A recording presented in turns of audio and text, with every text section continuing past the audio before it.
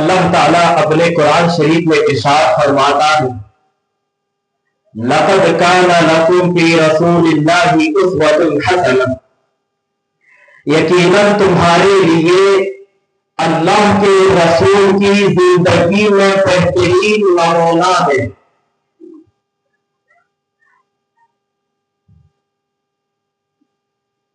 اللہ تعالیٰ نے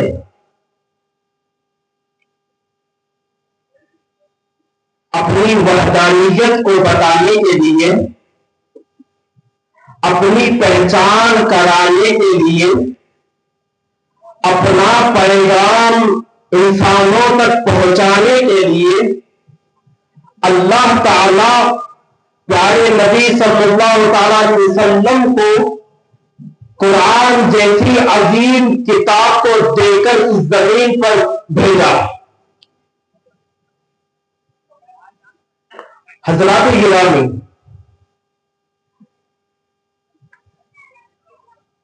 حضرت عائشہ رضی اللہ تعالی عنہا سے صحابہ کرام سوال کرتے ہیں، اے عائشہ،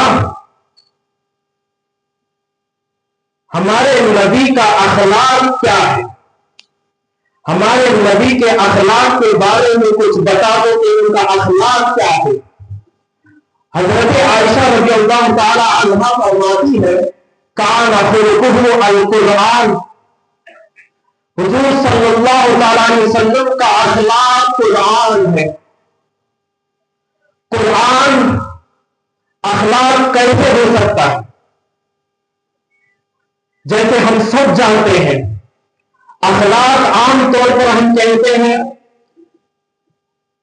کسی سے اچھے سے پیش آنا، بڑوں سے ادب سے بات کرنا، بچوں پر شفقت کرنا، اچھے کام کرنا، برائیوں سے دور رہنا، الامر بالمعروف والنہی عن المنکر کو بھی اخلاق کہا جاتا ہے کہ بھلائی کی دعوت دینا اور برائیوں سے روکنا، یہ بھی اخلاق ہے۔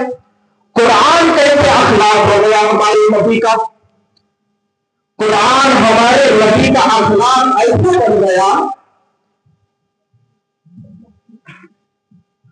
جب آیتیں نازل ہوئی، جب اللہ تعالیٰ نے جبرائیل کے ذریعے سے حضور پر وحی فرمایا، موقع کے حساب سے موقع کے مطابق آیتیں نازل ہوتی گئی، حضور صلی اللہ علیہ وسلم ہر آیت پر، اللہ کے ہر بات پر، اللہ کے ہر حکم پر ایسے عمل کیے، اس پر ایسے عمل کیے کہ قرآن ان کا اخلاق بن گیا۔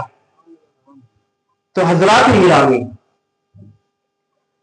کچھ لوگ یہ کہتے ہیں، سب یہاں پہ ہمارے زیادہ نوجوان ہیں، میں جس آیت کریمہ کو پڑھا اس آیت کے طرف بعد میں آتا ہوں۔ کچھ لوگ یہ کہتے ہیں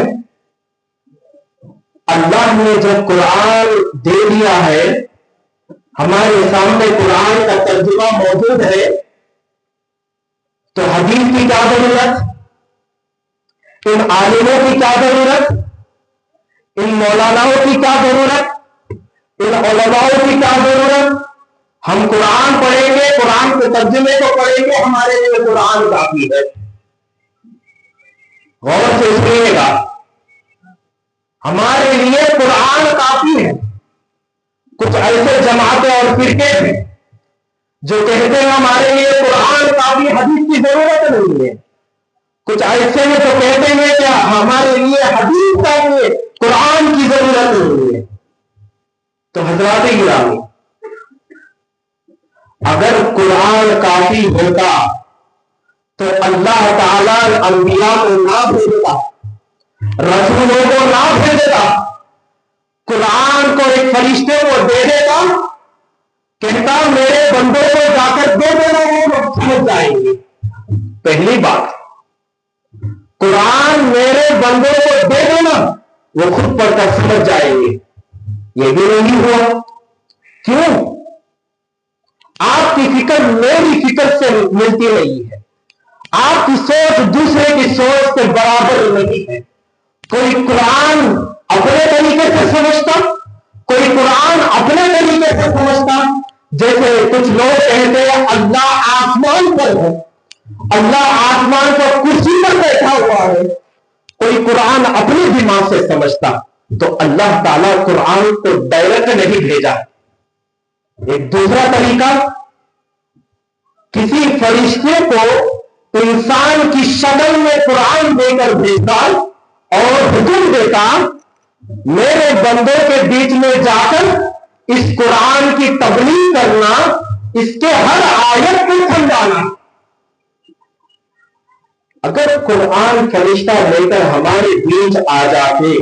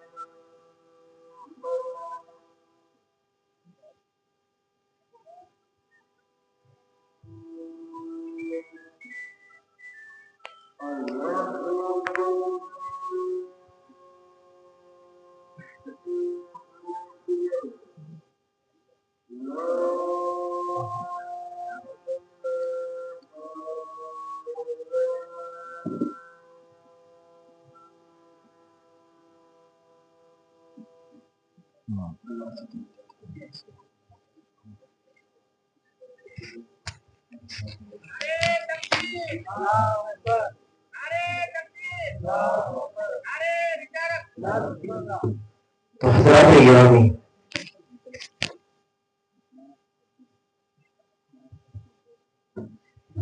اللہ تعالی اگر قرآن کسی فرشتے کو دے کر بھیجتا, فرشتوں کے بارے میں بتایا جاتا ہے اگر وہ اللہ کی عبادت کے لیے کھڑے ہو جاتے ہیں تو کئی کئی مہینے کئی سال صرف رکوع میں رہتے ہیں, کئی سال صرف سجدے میں رہتے ہیں. اگر کسی کو کسی آیت کے بارے میں سمجھنا ہوتا, اس کے پاس آتے تو اگر پاتے تو وہ سجدے میں ہیں, دوسرے دن تیسرے دن چوتھے دن ایک ہفتہ 2 ہفتے آتے سجدے میں ہیں, اور کسی دن رکوع میں پاتے. تو یہ قرآن کب سمجھتے, اللہ کا پیغام انسانوں تک کب پہنچتا؟ تو اللہ تعالی نے حضور صلی اللہ تعالی علیہ وسلم کو ہمارے درمیان, ہمارے انسانوں جیسا انسان نہیں, انسانوں جیسا بنا کر بھیجا. ہمارے جیسا کھاتے پیتے, ہمارے جیسا شادی کرتے, ہمارے جیسا بازاروں میں کرتے. اللہ تعالیٰ نے ان کو مبعوث فرمایا. حضور صلی اللہ تعالی علیہ وسلم قرآن کو خود پہلے سمجھا, خود پہ عمل کیے, پھر لوگوں کو سمجھائے. اگر قرآن کو سمجھنا اتنا ہی آسان ہوتا تو نبی اور انبیاء کو نہیں بھیجتا. تو حضرات گرامی، نہ قرآن کو ہمارے نبی کے بغیر سمجھا جا سکتا ہے، نہ نبی کو قرآن کے بغیر سمجھا جا سکتا ہے. اگر قرآن کو سمجھنا ہے تو نبی کی ضرورت ہے. اگر ہمارے پیارے نبی صلی اللہ علیہ وسلم کی ذات کو سمجھنا ہے تو قرآن کی ضرورت ہے. تو مجھے کہنے دیجیے کہ قرآن محمد ہے اور محمد قرآن ہے. قرآن کے بغیر نہ نبی سمجھ میں آئیں گے، نہ نبی کے بغیر قرآن سمجھ میں آئے گا. دونوں کی ضرورت ہے. تو حضرات گرامی، اللہ تعالیٰ نے ارشاد فرمایا یقیناً تمہارے لیے تمہارے نبی کی زندگی میں بہترین نمونہ ہے. اللہ نے ہمارے نبی کو ہماری زندگیوں کے لیے نمونہ رول ماڈل کہا. کیا نبی ہماری زندگیوں میں نمونہ بنے ہیں؟ کیا ہم حضور کی سنتوں پر چلتے ہیں؟ کیا ہمارے گھروں میں حضور کی سنتیں زندہ ہیں؟ کیا ہماری اولاد ہمارے نبی کی سنتوں پر چل رہی ہے؟ کیا ہمارے گھر میں بیویاں حضور کی سنتوں پر جیتی ہیں؟ کہاں ہے ہماری زندگیوں میں حضور کی سنت؟ کیا واقعی، کیا حقیقت طور پر حضور کی زندگی ہماری زندگیوں میں بچی ہوئی ہے؟ کہاں ہے حضور کی سیرت؟ کہاں ہے حضور کی سنتیں ہماری زندگیوں میں؟